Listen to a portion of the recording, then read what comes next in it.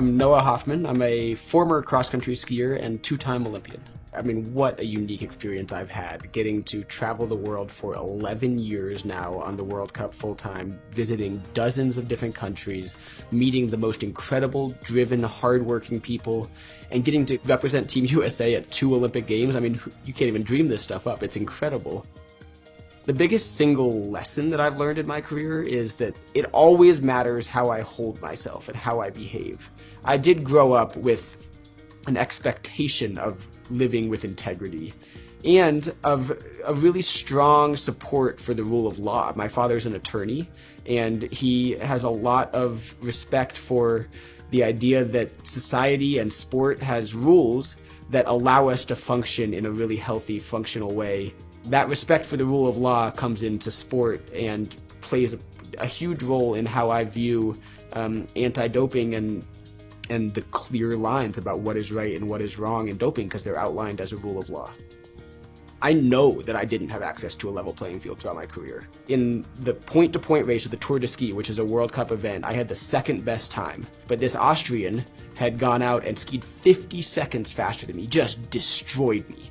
And it came out a month later in Sochi that he had been doping, and he'd been on EPO since June. And I got that World Cup win awarded to me retroactively. And I'll tell you what, it was not the same as having it awarded to me had it been on that day.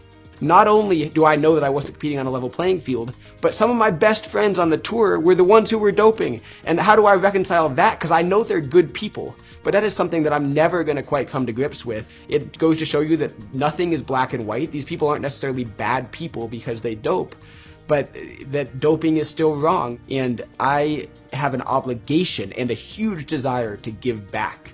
And I think I'm really well set up to help in the fight against doping because of my direct experience of having my results affected by people who are doping. And because I can be an advocate for everything to make the playing field more fair for the next generation. So I want to be involved in the anti-doping fight as my way of thanking the community for everything that I've gotten out of it. We as society have to protect, and in the same way that we need judges and referees, that we need timekeepers and officials, we need anti-doping officials. You want people to be pushing the limits, but you also need people to make sure that you're following the rules, because without the rules, there is no sport. Sport is just an arbitrary set of rules, and it's just a game. And if you don't have somebody to make sure that people are playing within the bounds of what's allowed, then there's no game at all.